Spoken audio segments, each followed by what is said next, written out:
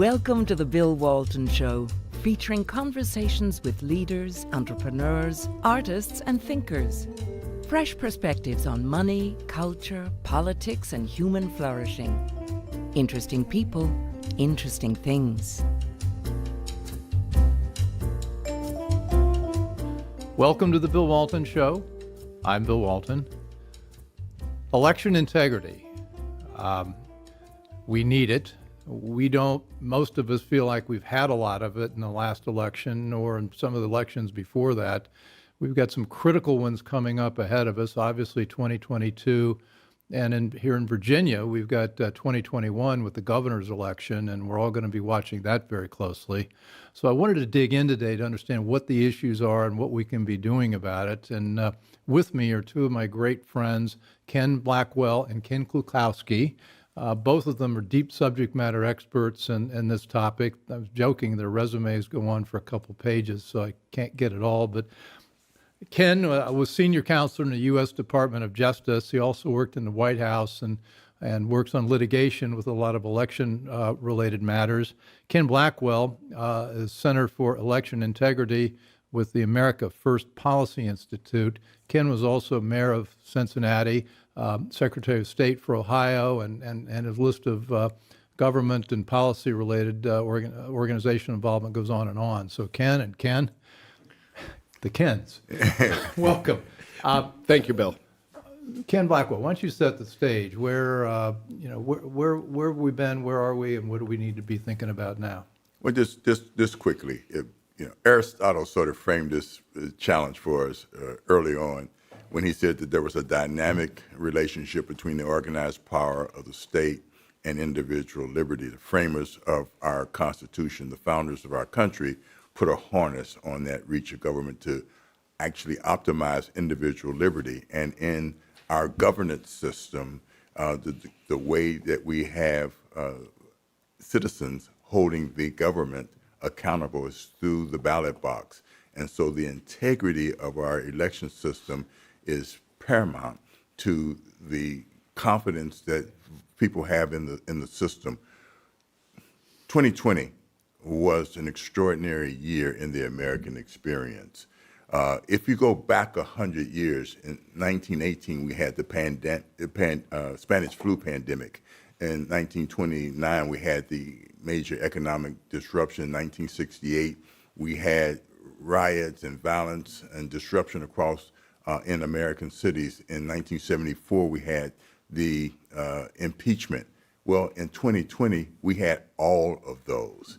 And there was an old saying on the left, and it's still current, never let a crisis go to waste. Well, they didn't let the 2020 election go to waste.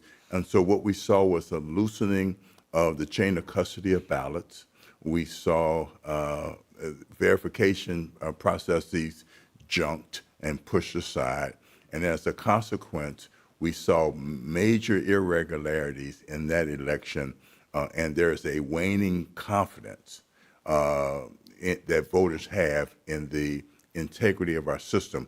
So what we've been working on in these intervening months is things that will tighten the chain of custody and to reestablish verification systems. And the most noted in that case is the photo ID. And that is a point of contention. But if, in fact, we can tighten the chain of custody, reestablish verification systems, we believe that you can put voter confidence back on a plane that's essential. So if we don't get our elections right, we lose our republic. Absolutely. I mean, that's what's at stake. We lose our liberty. Ken? Yeah, that's right. And in fact, I love how Ken started, and one of the things I enjoy about long-form journalism, like we're doing right now, is it gives an opportunity to establish context. If we look at first principles here, if we look at how elections started off in this republic, the way they used to do elections, people would gather together, like in the town square or wherever, on election day, and the clerk or the registrar or whoever they would have a roll of voters, and a person's name. It looks like we have today in the well of the U.S. Senate, where you have someone who a person's name would be announced, and it's something like Bob Smith. And then Bob would raise his hand in the crowd. And then Bob would announce who he was voting for. And so that's how voter ID used to work. That was election integrity, is that all of Bill's neighbors are right there. It'd be like in the U.S. Senate. If someone calls out Joe Manchin and all of a sudden Ted Cruz raises his name and announces a vote, they'd be like, Ted, you're not Joe. I mean, so that's how you were able to make sure that you were matching up the way a person would vote. Now, in the 1800s, we by and large went to a secret ballot system. And there is an upside to that, because let's say Bob Smith had announced he was voting for so-and-so, and everyone in the town hated so-and-so. Bob might be on the outs with his neighbors. He might even get, punched in the nose after he announced his vote. And so I think there's a lot of benefit in terms of avoiding undue pressure and duress and threats of intimidation for people to have the secret ballot.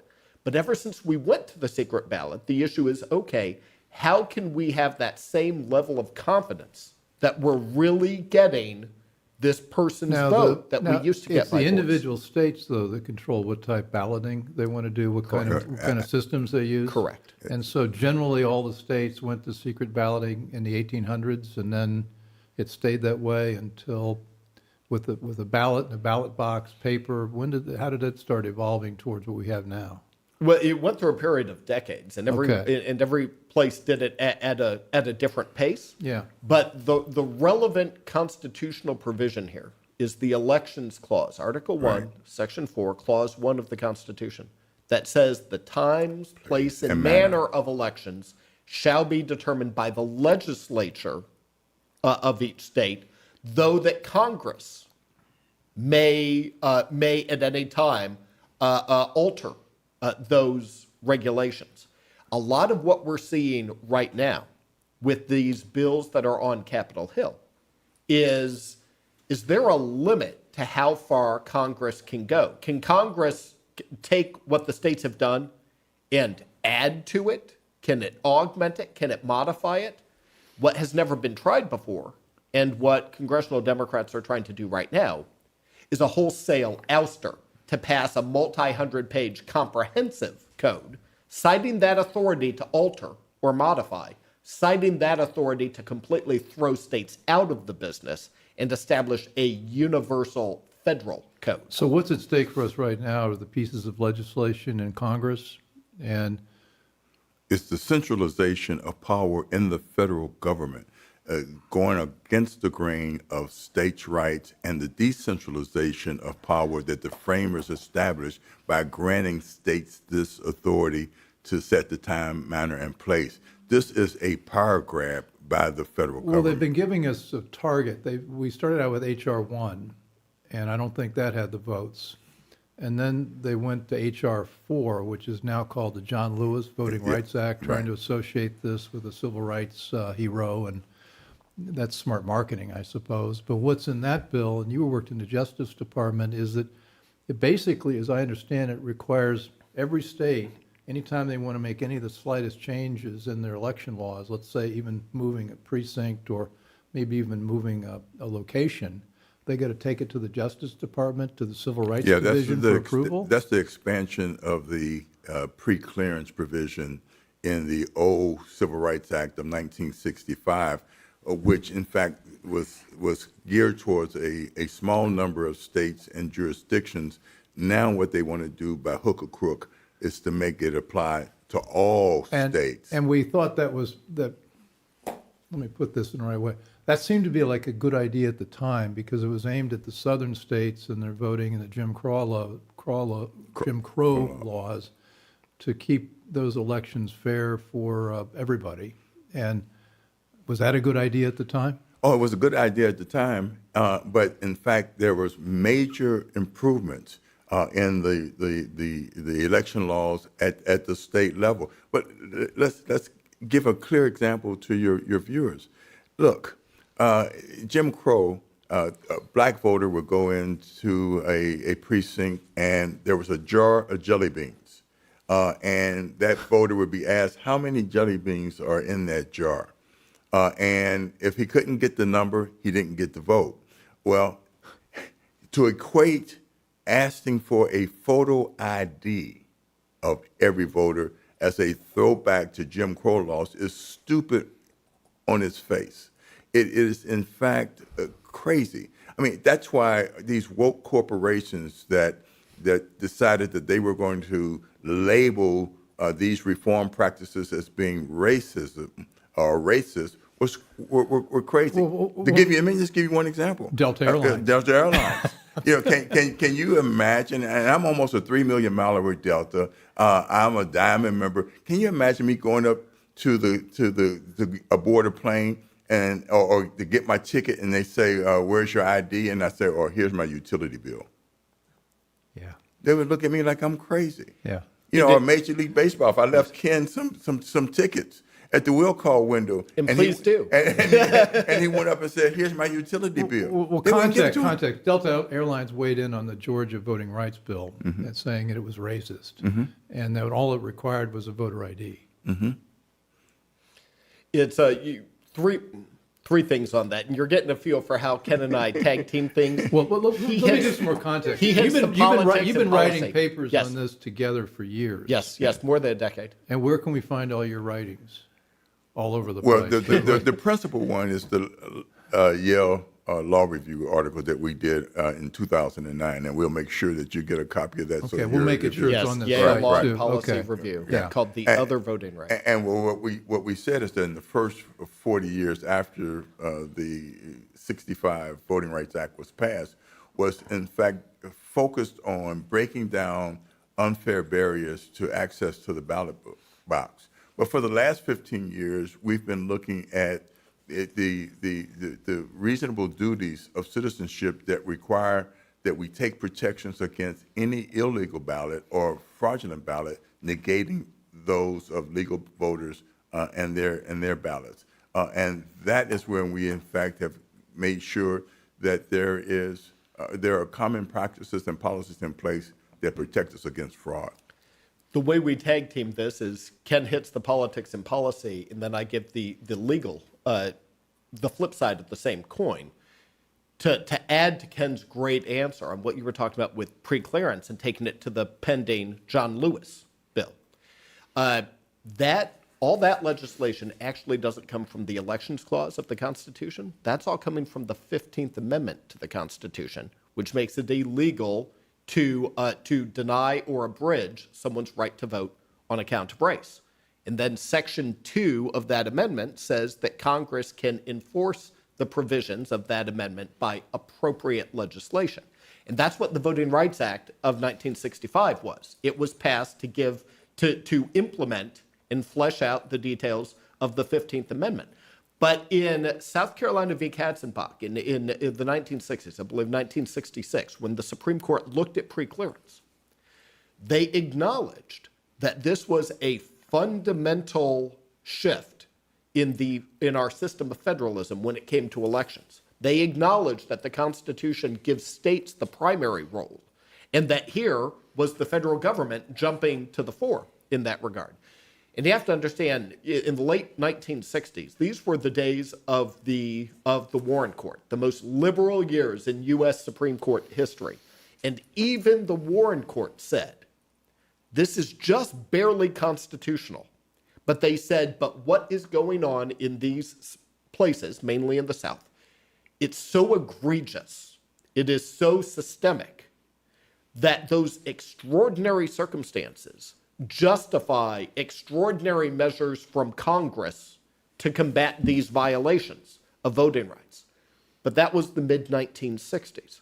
Now, in 1997, in the case City of Bernie v. Flores, the Supreme Court said that the parallel provision in the 14th Amendment, after the Civil War, we passed 3 amendments.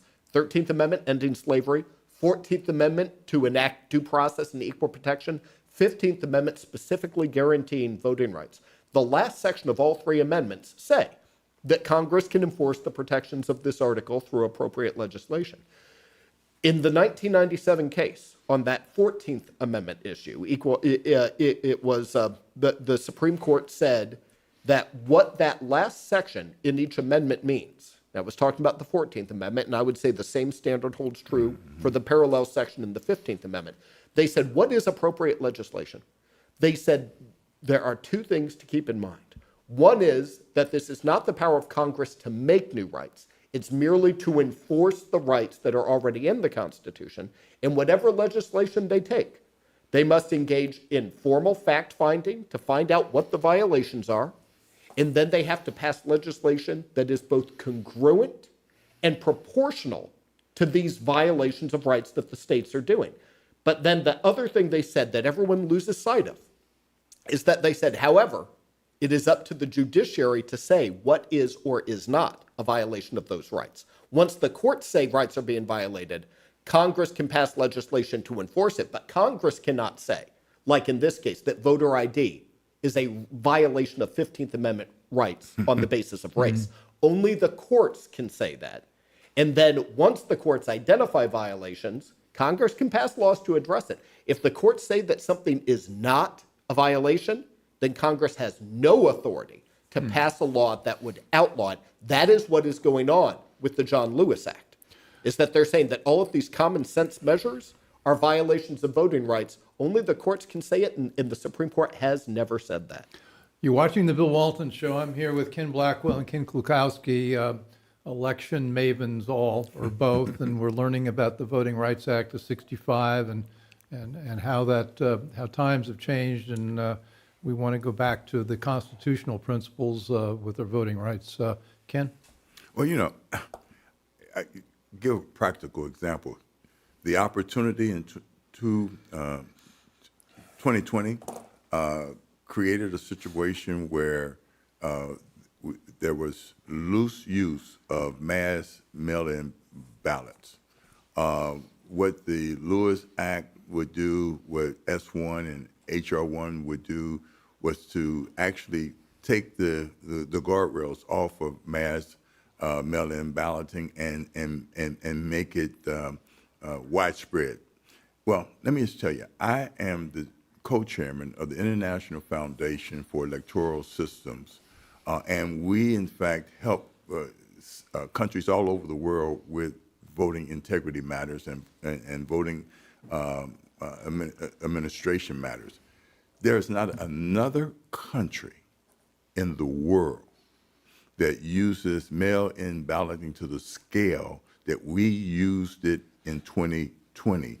And the reason for that is because you don't have the accountability systems in terms of verification, and you lose the chain of custody, opening the system up to widespread fraud and irregularities and incompetencies, and that would destroy the confidence. And so this is a power struggle. I mean, it's simple put. Yeah, there are a lot of people who think, and I think I'm among them, that the Democrats used the lockdowns, the pandemic, the COVID-19, that crisis to bring about all these election changes, and which benefited them, and now they want to make those permanent. Permanent, that's it. And we can talk about how much that crisis has been overstated, but they certainly have got us in a box now. Yeah. Now, the legislation, is there a single piece of legislation we need to be concerned about? And before we answer that question, what's the gold standard for an election? I mean, I used to think it was paper ballots and you put them in there, and then I hear somebody say, well, no, paper ballots are very easily used for fraud. So what's the gold standard that we ought to be telling people this has got to be the right way to do it? I think we have to get back, and this is where the young Mr. Ken Klukowski has been my guidance counselor. That's a big job, Ken. He's being modest, as if I could ever be his guidance counselor. Yeah.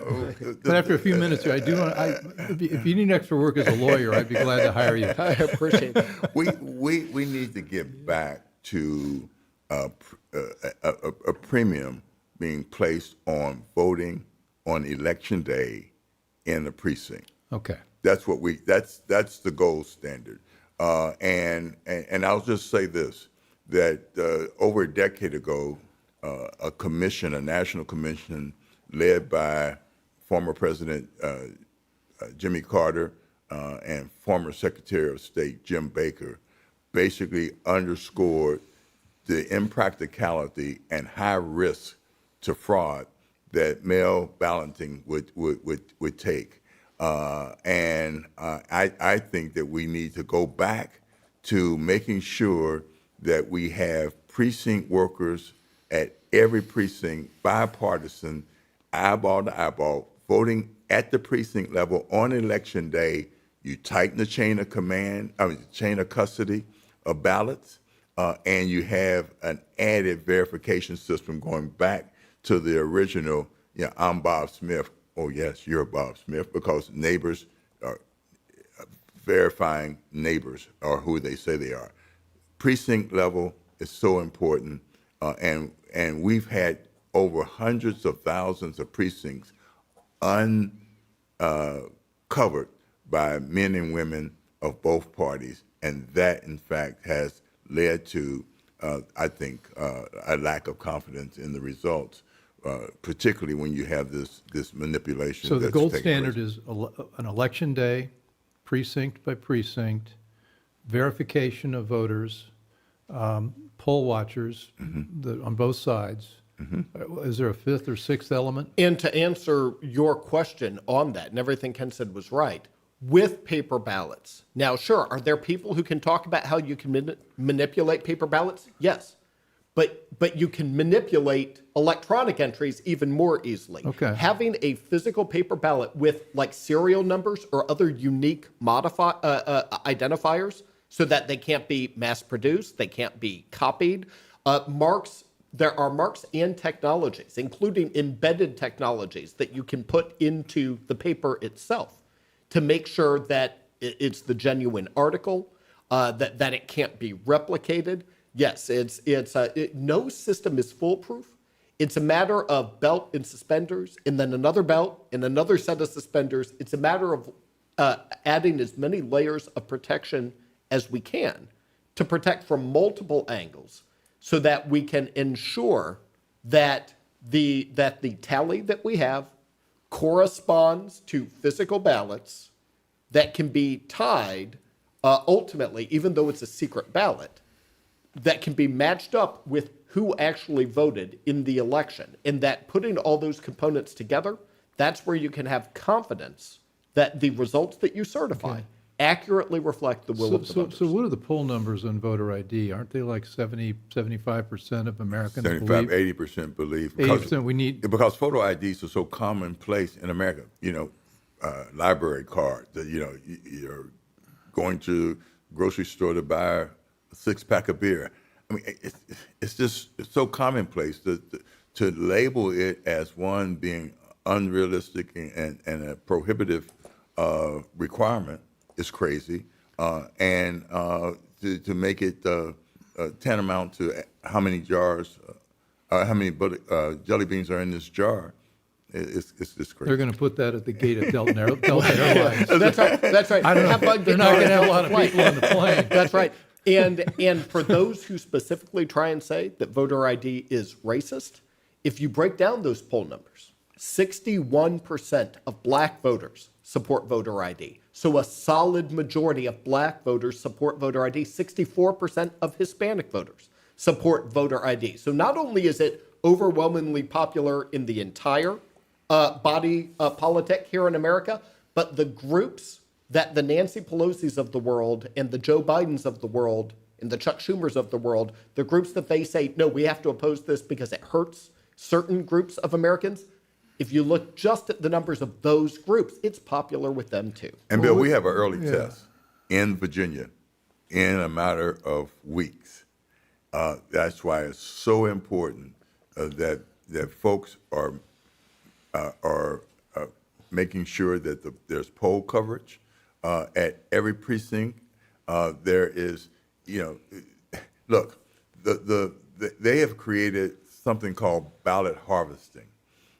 And the reality is the way that people protect their ballot in this age of ballot harvesting is to vote early. as possible right now. Until we get now, explain ballot harvesting. Well, ballot harvesting is you can have groups that can collect ballots and turn them in as opposed to the individual voter. So doesn't so you give have a that whole group lot an opportunity to Well, wouldn't you think? Because most states would have laws that say that if you can't deliver your ballot in person, it specifies, like a family member or your healthcare provider, that the law specifies if it's anyone other than you, what few types of people can actually touch your ballot and say, I'm delivering a ballot for Bill Walton. He can't be here. He's in the hospital or he's in a nursing home or whatever, but it's I'm his son. And here's who I am, and I am delivering the ballot for him. Ballot harvesting is when there's no restrictions on that. And so all of a sudden you get people from political activist groups who say, oh, I've got a whole bunch of ballots to deliver for. how many a whole states bunch allow ballot harvesting now? The number keeps changing. It does keep changing, but I would say that it's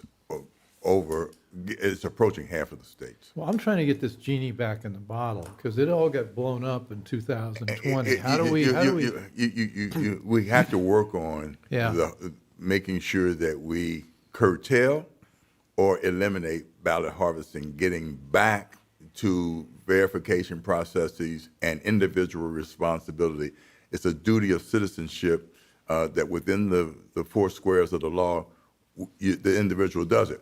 But I want to underscore something I'm saying. Right now, the rules of the game in Virginia allow for ballot harvesting. Yes. We cannot sit on the sideline.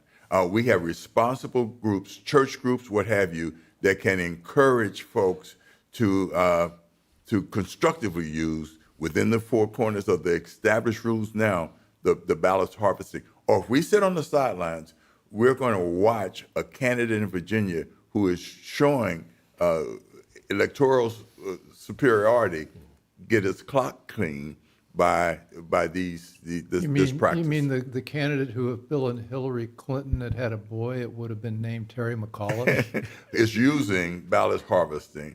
So what do we do about it in Virginia? I mean, I know everybody's watching this from all over, but this bears on the next elections in 2022. What do we need to actually do to stop this? Well, first, you make sure that every precinct and polling place is covered on election day.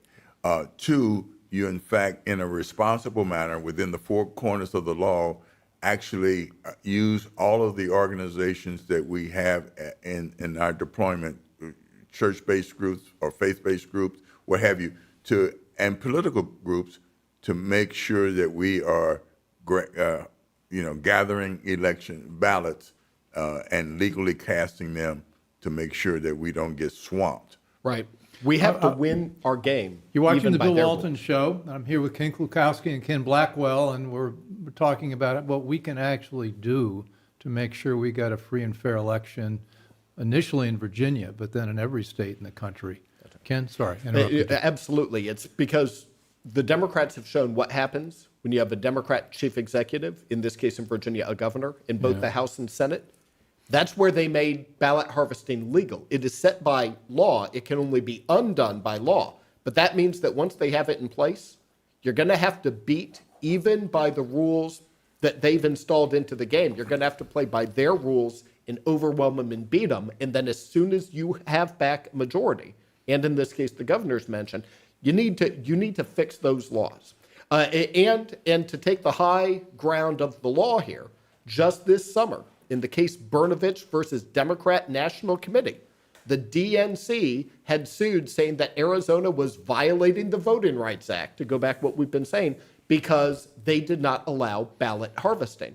And the Supreme Court came down and said resoundingly that Arizona's had a legal right to make that decision. Not that it had to be legal, not that it had to be illegal, but that it belongs to the states to decide that. It doesn't violate any federal law to say no ballot harvesting. Well, I tell you, as soon as we win using ballot harvesting, we will pick up advocates for doing away with it that are Democrats. Yeah, that's right. They'll lose interest in it if we win an election. And let me tell you, I want to just make this clear.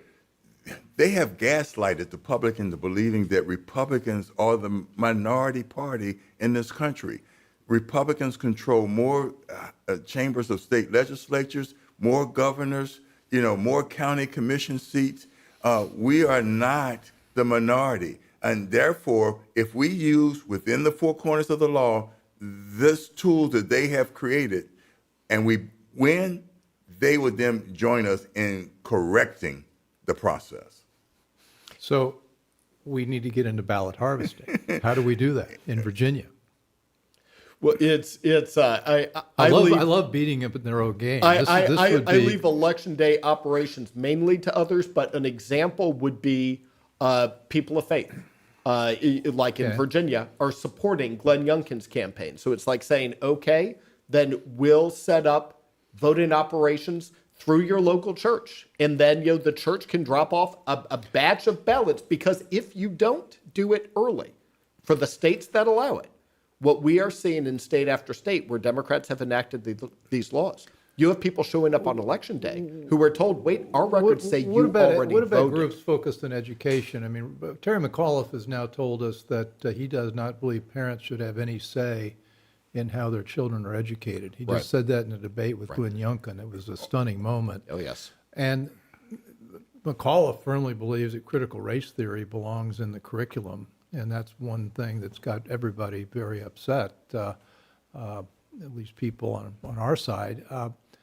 Is there a group that could be focused in education that could harvest ballots? I just tell you, look, the Virginia Policy Institute, is working with a number of national organizations, the Conservative Partnership Initiative or Institute, Freedom Works, Family Research Council.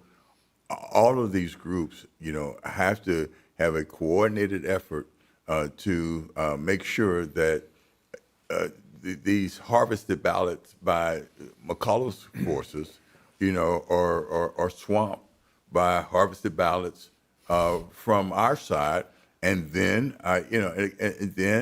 when we have control again, as Ken has indicated, I think we need to work back to a system that is less subjective to misuse. I don't advocate the misuse of the system. There are ways and legal ways that you do ballot harvesting. Why not play by those rules? That's otherwise it's unilateral disarmament. You can't unilaterally disarm. That's right. So we got just a couple minutes left because I got to let you guys go back into onto the battlefield. Let's come back to the federal issue, the John Rights Voting Act. Where does that stand? Is there any other bad stuff in Congress that is also related to that, or is that the main thing we need to be concerned about? There are two statutes pending. One is that, and the other is when Joe Manchin, who by some measures could be called the most powerful man in Washington right now,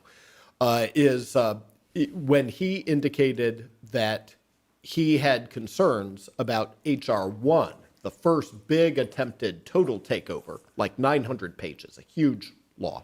Some of it elections clause, some of it 15th Amendment, just everything, some of it campaign finance and First Amendment, everything you could imagine. They tried cramming into a big federal takeover.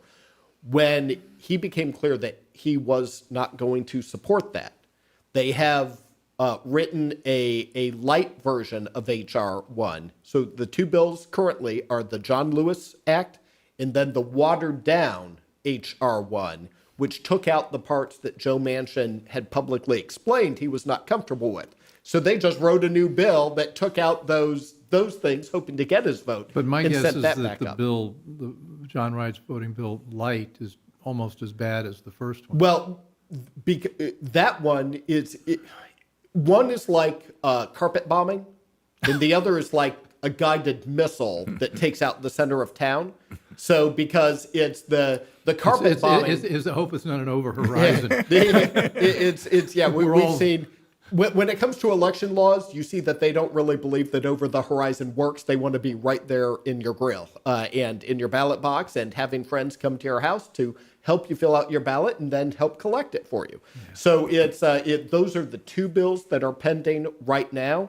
What it will all turn on is that Chuck Schumer is trying to say this can be done through reconciliation on a 50-50 vote, so long as Joe Manchin and Kyrsten Sinema and other people of goodwill, regardless of their regardless of their party affiliation, say, I'm not going to blow up the Senate rules. This is still subject to a 60-vote So this is threshold. yet another bad thing being rolled into the reconciliation bill? They're Along with trying climate to. change? and- Right, they're trying to. Right, and look, Joe Manchin has to decide if he's going to be a puppet of Nancy Pelosi and Chuck Schumer, or if he's going to vote the interests not only of the nation but of West Virginians. West Virginia went 70% for Donald Trump, maybe oh, 75. What are the people of West Virginia doing now? Well, I all would- of the polling that I see is that Joe Manchin is underwater. He, in fact, is losing popularity every time he looks as if he's, shoulder to shoulder with Nancy Pelosi and Chuck Schumer. Look, I know that we're near the end. One of the things. Take us out of this. One of the great things about being the senior Ken is that I can let him talk, and then I can say, "Well said, son." I would just leave you with a comment from the great abolitionist Frederick Douglass.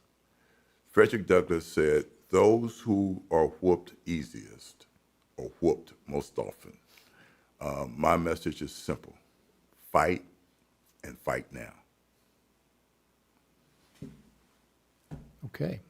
I'm with you. Ken Blackwell, Ken Klukowski, thanks for joining Bill Walton Show. Thank you, Bill. We'll have you back with we'll hopefully take a couple victory laps soon. And thanks for fighting this fight, and I'm glad to be part of it with you. So anyway, thanks you all for watching the Bill Walton Show, and you can find us on all the major podcast platforms, including YouTube, some of the time, unless they pulled us. I don't think they will for this one. But anyway, this is a great conversation, and we'll be back to tell you more as we make progress in this front. Thanks. I hope you enjoyed the conversation. Want more? Click the subscribe button or head over to thebillwaltonshow.com to choose from over 100 episodes. You can also learn more about our guest on our Interesting People page. And send us your comments. We read every one, and your thoughts help us guide the show. If it's easier for you to listen, check out our podcast page and subscribe there. In return, we'll keep you informed about what's true, what's right, and what's next. Thanks for joining.